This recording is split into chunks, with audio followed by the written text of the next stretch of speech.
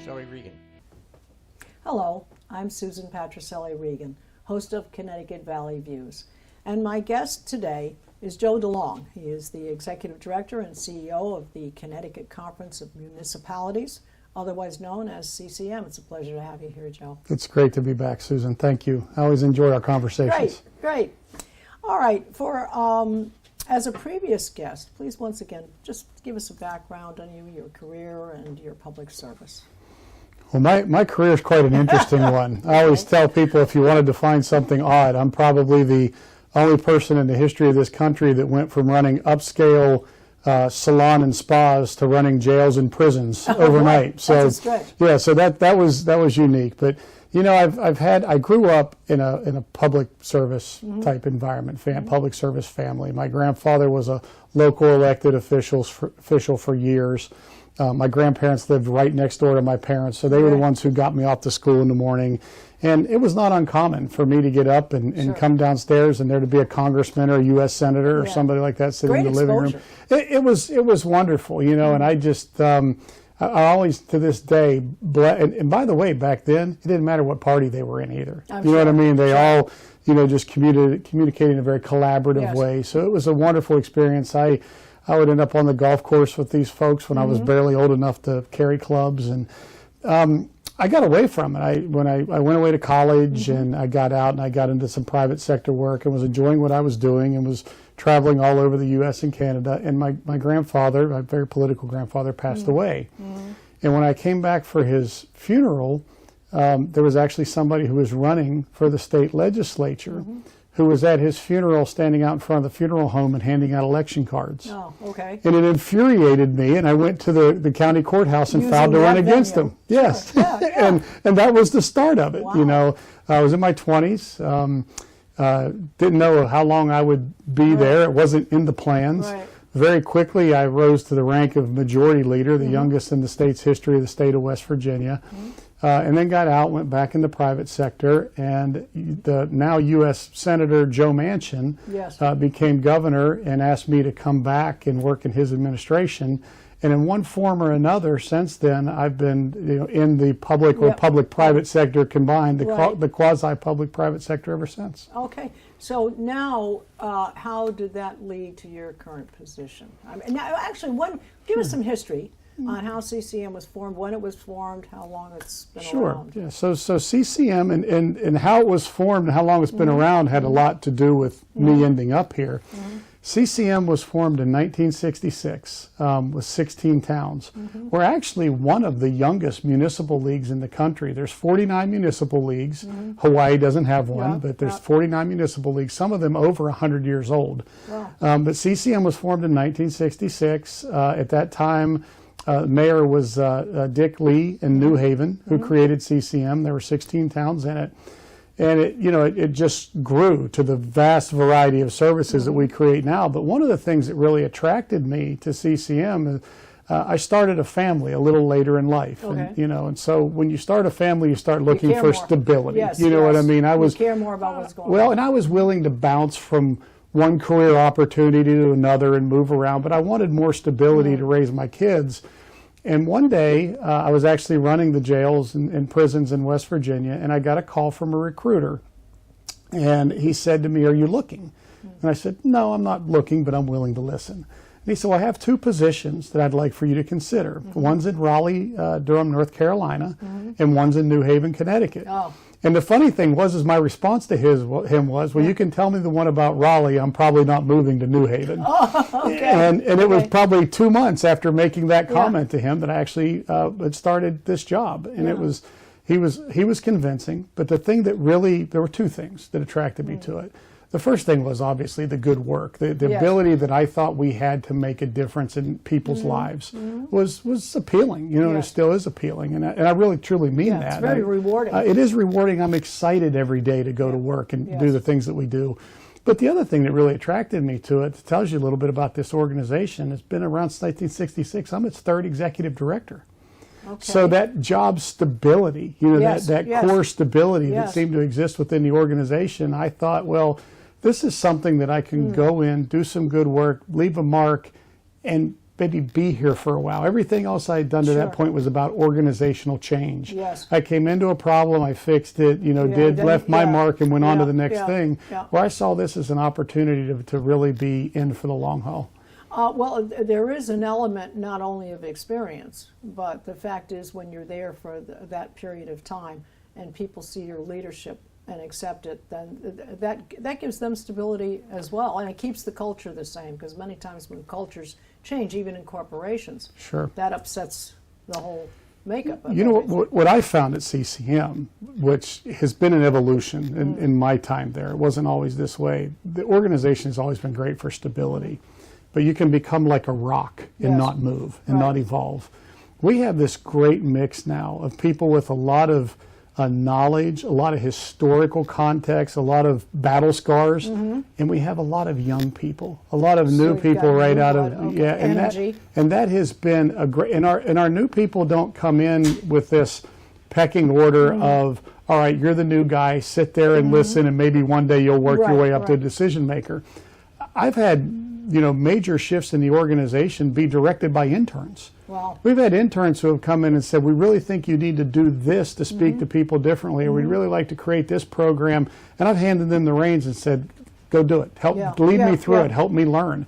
And that's the great thing about this organization as well, is we now have that really good mix of talent from people with a lot of experience and a whole lot of new, young, energetic ideas, and those people are all on very much equal ground within our organization. It's very helpful. All right, so give us a sense of exactly what CCM does, the types of things they do, the departments you have, the positions of people. I don't know if it's legal people, and so forth. Yeah, we do generally, and I'll get into some more specific details, but generally, CCM's role is to provide to our towns and cities what they could not do individually on their own. Okay. Especially in Connecticut, where many of our communities are very small, so they're resource limited, so they need to pull together that power of the collective to get broader things done. And in a state that doesn't have county governments or things of that nature. Right. So we do quite a few things. We're probably publicly known best for our advocacy work, our work that we do at the State House, the work we do at federal advocacy, which is very important. Don't want to downplay it, but it's just one segment of what we do. It's just a department. We do a significant amount of research for our towns and cities. We get, I think in the last year we've done somewhere between 700 and 800 research requests that we've completed, where a community has reached out to us and said, hey, we're a community of this size. We know their demographics. We want to do this. How do our peers do it in the state? How do our peers do it across the country? What's the best model? And they don't have those resources yet. So we're able to kind of do that research and put together the best practices roadmap for them. We do a significant amount of training and workshops, which became very important this year with all the governor's executive orders and all the changes. We're the group that communities turn to be trained and to understand what they need to do, how to govern and dot the I's and cross the T's and stay out of trouble, and how to do appropriate FOI and how to do appropriate notices and all of those types of things. So we do a significant amount of training in that regard. We do some group purchasing work. We have a lot of our communities actually purchase their energy, their electricity and that through an energy co-op that we've created. And the biggest service program that we provide is a segment of CCM called CIRMA, which is the Connecticut Interlocal Risk Management Agency, which is where most of the towns and cities in Connecticut, the school boards, the local public agencies get their workers' compensation and property casualty liability insurance through the risk pool that was created through CCM. Well, it's so how many departments would that include? You've got legal, finance. Well, we have. It's interesting because the organization is really divided on two sides. So the CIRMA, the risk pool, it has several departments that are just associated with an insurance product. You know what I mean? Claims and LAP and all these different things, different departments. But then on the other side, we have what we call kind of like a member services type of department. It's actually called a municipal resource center that does all of that training and workshops and research and all that falls under that. Then we have the department that is policy and advocacy. Okay. We have a communications department that, does communications both outwardly to the general public, but also is responsible for communications to our membership. So those are the primary, externally facing departments. And then we have, your basic, any organization would have human resource, finance, sure, IT sure. infrastructure. And one of the things that I required when I came here that was a little different was that every department that we have actually provides some type of service outwardly to the membership, not just inwardly to the organization. Okay. So for years, our human resource department just took care of the human resources of CCM, Right. but didn't provide anything to the members. I see. Our Okay. finance department, Right. our IT department was the same way. Our facility administration department the same way. We've changed that to where all of those departments now provide services outwardly as well as providing the support services inward. And for example, our administrative services department, our organization has a large print shop. Our print shop was always used for CCM to print materials and send it out to the membership, CCM materials, whether it was info kits or whatever the case may be. As we were going into the pandemic, we looked at that and said, think of all of the pandemic signage and banners and yard signs, all the things associated that had to be done with the pandemic. We reached out to our members and said, anything that's pandemic related, anything that's COVID related, we're going to print it for you for nothing. Oh, wow. And we actually did almost $500,000 in the last year of savings to Connecticut's towns and cities just in print services alone. I'm sure you did. We are, I believe, and I never like to make a definitive statement because somebody will come back later and say, no, some other league did this. But I believe we are the first municipal league in history to ever do an actual equity distribution back to our membership. Since I've been here, we've never increased our dues.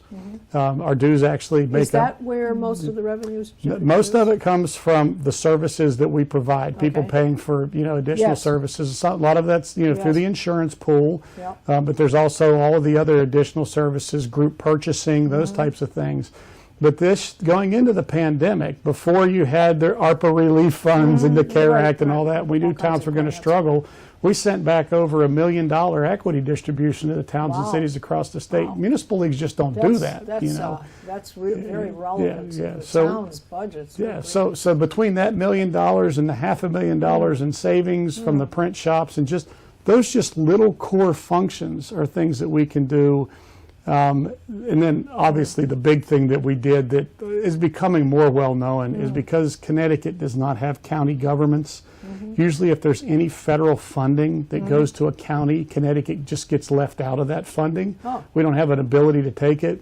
We went to the Hill and advocated and lobbied very hard to make sure that the ARPA funding, when it was released, that if there was county funding, that the state of Connecticut wouldn't lose out on that, and that funding would go to our towns and cities in addition to what they were getting from the regular ARPA money. So we ended up securing in the past year about $693 million for Connecticut towns and cities that they wouldn't have gotten otherwise through that relief package. So we're involved in a lot of different areas. I don't think our viewers realize how much you provide. All right, well you said the word lobby for, so could I say that when you work with or your lobbyists for the municipalities to the administration? Would that be an statement? I think that's fair. We not only go and look at legislation that's proposed that we think will be very damaging to our towns and cities, but we also do a lot of data mining, a lot of think tank type work, and we propose a lot of ideas to the General Assembly for consideration that we think will help grow our bills. Some of them do. We get some things in act. Almost every year we get something new done to help some of our communities. A lot of times it's just removing obstacles or impediments to growth, that type of thing. So yeah, we have our advocacy work actually goes on year round to develop our policy initiatives. They're adopted by the membership, so all that work that's done through committees across the state goes to the full membership. The membership adopts them, and then we take that slate of ideas to the General Assembly, and in some cases to Congress. Yeah, there. July 13th, there was an online article in the Connecticut News Junkie. It was by Julie Martin Banks, It refers to CCM's toolkit to help local leaders with questions about American Rescue Plan funding. Can you give us some detail on that, Joe? You know, it's interesting. I just talked about how we really went and advocated hard to get that extra $693 million. And when we got it, which was a huge win, I mean, but it was, we also looked at it and said, our communities have never experienced this type of windfall of funding. Communities all across the country are having to figure out how to spend ARPA funds. We've essentially gotten double that here in Connecticut because of grasping, getting a hold of the county money and getting that to them too. So we felt like we kind of owed it to our communities to give them some additional resources to help guide them through the way or to get their questions answered. So we put together this ARPA advisory committee that is made up from all walks of life. There are nonprofit people on there. There are people from the business community on there. There are economists on there from UConn and others. And they're really there to just be an extra resource to our towns and cities. And they work in two directions. The first direction is they give some guidance, like this toolkit that says this is probably the best practice in terms of process. And this is how you need to allocate these funds in order, well, not just the priorities, but in order to make sure that you're doing it, because some of these communities don't have an HR director or they have a town manager, but not a finance officer. So it really lays out the map for them of how to do the reporting, how the funding process should work in their communities in order to get engagement and that sort of thing. And it also outlines the guidelines, like what is an allowable expenditure, what is not an allowable expenditure, all of those types of things. So that's the because otherwise you get stuck in the legal process. Oh, forever. And then that costs money. You get yourself out of that. Or the other side of it is you do something, it works, it turns out to be wonderful, and you have a whole change in administrations in D.C., and somebody decides to start auditing it, and they say, wait a minute. That's right. You weren't supposed to do it this way, and now you have a big problem 3 years down the road or 5 years down the road. So we want to avoid all of that and do it right. So this advisory group helps with that, with the best practices toolkit as a one-stop place to answer all their questions and how to do the process right. And then they offer their services to communities for a community to come to them and say, we're looking to do X. If we do it, is this a good expenditure of our funds, and what might our return on that investment be?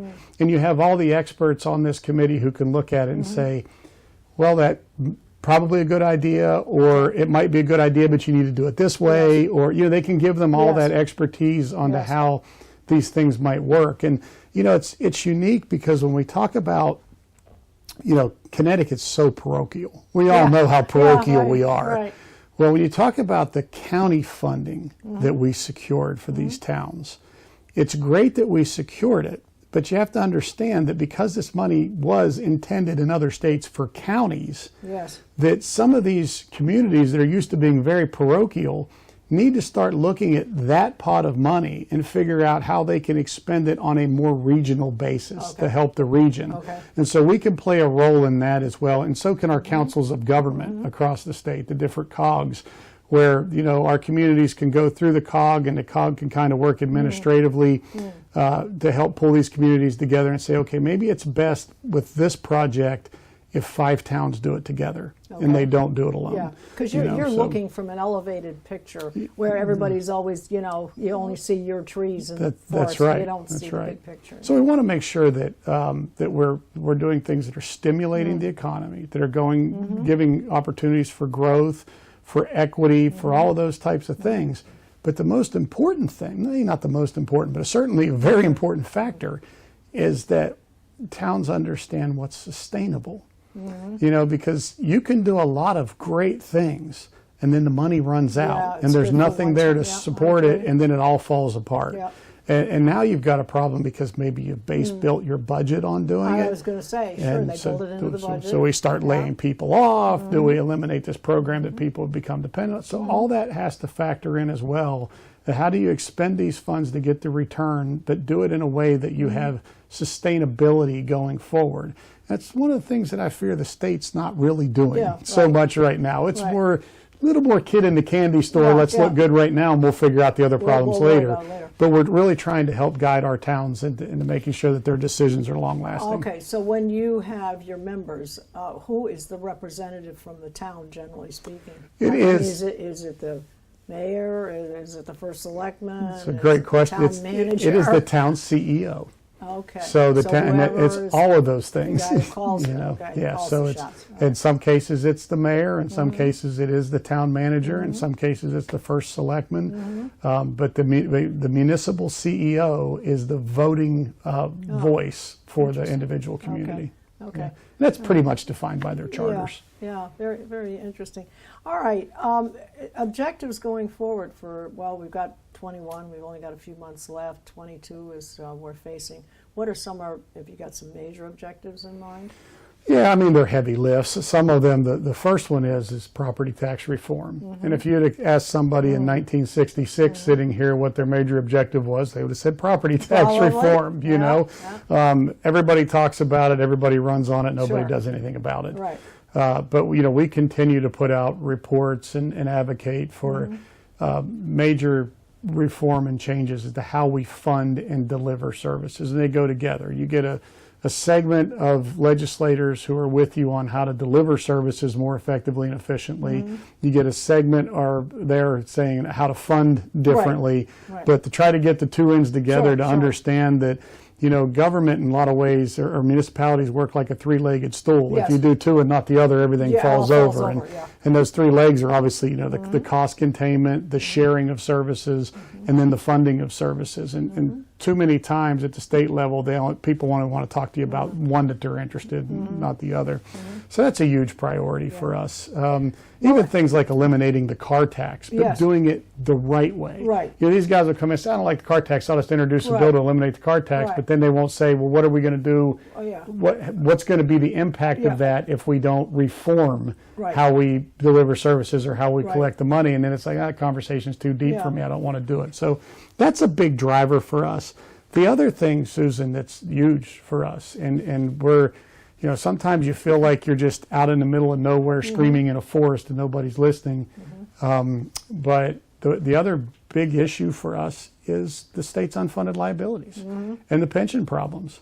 There seems to be this belief all of a sudden that because the federal government gave us a bunch of temporary money. Yeah, but the bills are coming. Yeah, that all of our problems have gone away. Yeah. Well, all of our problems have gone away for about 2 years. Yeah. And then everything comes crashing down again. And so we're really trying to do a lot of work to keep that conversation alive, because it's amazing at this point in time that it's hard to keep that conversation alive. It should be the most important thing that we're talking about, but right now, because of the federal funding, some people want you to believe that it's your happy days are here again. You know, so that's a huge issue. Also come to a screeching halt. Oh, it's going.